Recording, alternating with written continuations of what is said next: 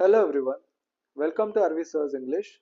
So students, in this video, we are going to learn 9th standard semi-English lesson Think Before You Speak. मित्रांनो या व्हिडिओमध्ये आपण Think Before You Speak हा lesson शिकणार आहोत. Let's get started. मित्रांनो Think Before You Speak चा अर्थ होतो की बोलायच्या आधी नेहमी विचार करा. Man was meant to listen more and talk less. That is why the great British statesman Benjamin Disraeli said, Nature has endowed man with 2 ears and one mouth. If man was meant to talk more and listen less, he would have 2 mouths and only 1 ear. तर man was meant to listen more and talk less म्हणजे माणूस हा जास्त ऐकण्यासाठी आणि कमी बोलण्यासाठी बनलेला आहे.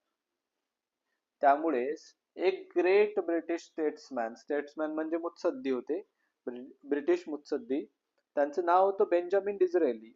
ते म्हणाले, nature has endowed man with 2 ears. निसर्गाने माणसाला 2 कान दिलेले आहेत, अँड 1 माउथ, आणि एकच तोंड दिलेलं आहे. If man was meant to talk more and listen less, he would have 2 mouths and only 1 year.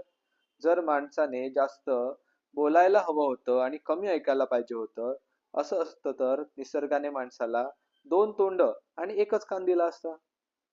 Imagine how we would have look. तर तुम्ही कल्पना करा की आपण कशी दिसलो असतो. How strange with 2 mouths on the 2 sides and 1 ear at the centre. किती विचित्र दिसलो असतो. 2 कानांच्या ऐवजी 2 तोंड आणि एका तोंडाच्या ऐवजी एक कान. And mind you, the ears are like funnels, open all the time. आणि नेहमी लक्षात ठेवा की आपले कान हे फनेल प्रमाणे असतात, चाळणीप्रमाणे असतात, जे की नेहमी उघडे असतात. There is no door with which you can close them. त्यावर कुठलाही दरवाजा नाही ज्याने तुम्ही ते बंद करू शकाल. Whereas if you have to speak even one single word, that word must pass through 2 walls, 2 fences. पण बघा, जर तुम्हाला एक शब्द जरी बोलायचा झाला तरीही त्या शब्दाला 2 भिंती पार करून 2 फेन्सेस म्हणजे 2 अडथळे पार करून बाहेर पडावं लागते. There is first the fence of this 2 rows of teeth. त्यातला पहिला अडथळा आहे, पहिली भिंत आहे आपले जे दात आहेत त्यांचे 2 rows. There is secondly the fences of 2 lips आणि त्यानंतरचा अडथळा आहे आपले ओठ. Before a word can be spoken, it has to pass, it has to pierce through this 2 walls. कुठलाही शब्द उच्चारायच्या आधी कुठलाही शब्द उच्चारायच्या आधी त्याला या 2 भिंतींमधून 2 अडथळे पार करून बाहेर पडावं लागते. Through this 2 fences. Therefore we must think at least twice before we utter a word. त्यामुळे कमीत कमी 2 वेळा तरी एक शब्द उच्चारायच्या आधी विचार केला पाहिजे, असं इथे लेखक म्हणतात. A very wise man once remarked that of a unspoken word you are a master, of a spoken word you are a slave. एक अतिशय विद्वान माणूस सांगून गेला की न बोलता तुम्ही मालक असता आणि जर तुम्ही बोलून गेले तर तुम्ही गुलाम बनून जाता. Once you have spoken a word, you cannot get it back. Do what you will. एकदा का तुम्ही शब्द उच्चारला की मग तुम्ही काहीही केलं तरी तो परत घेऊ शकत नाही. Therefore, you must be very careful about the words that you speak. त्यामुळेच आपण कुठले शब्द बोलतो, काय बोलतो याबद्दल आपण नेहमी काळजी घेतली पाहिजे. Once the word has left your lips, you will not be able to get it back. एकदा का शब्द तुमच्या ओठांमधून बाहेर पडले की मग तुम्ही काही ते परत घेऊ शकत नाही. What are unspoken words? तर मग हे न उच्चारलेले शब्द म्हणजे काय? They are things you want to say but remain unsaid, as thoughts in your mind. ह्या अशा गोष्टी असतात ज्या तुम्हाला बोलायच्या तर असतात पण बोलायच्या राहून जातात, जणू काही तुमच्या डोक्यांमधील विचार. Once you have put the thoughts into words, once the words have left your lips, you cannot change them or control them.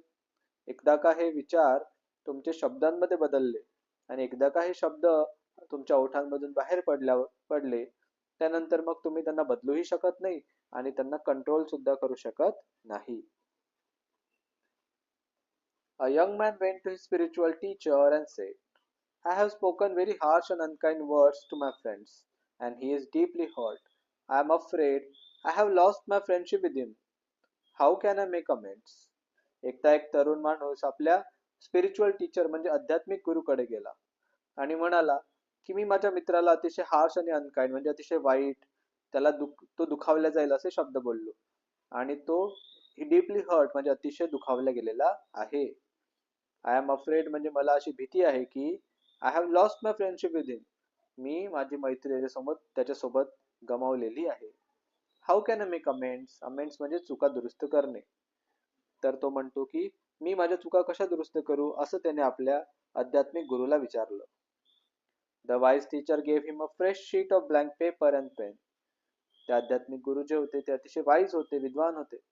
त्यांनी एक कोरा कागद आणि एक पेन त्या मुलाला दिला.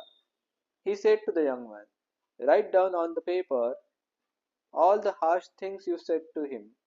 आणि मग ते गुरु आपल्या त्या शिष्याला म्हणजे त्या तरुणाला म्हणाले की तू जे काही वाईट वाईट आपल्या मित्राला बोलला असणार ते सर्व या पेपरवर, या कागदावर लिहून काढ.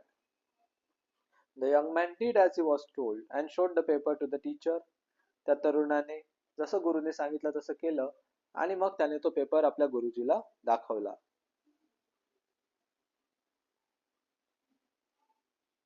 Now tear up this sheet of paper into as many small bits as you can, the wise teacher said.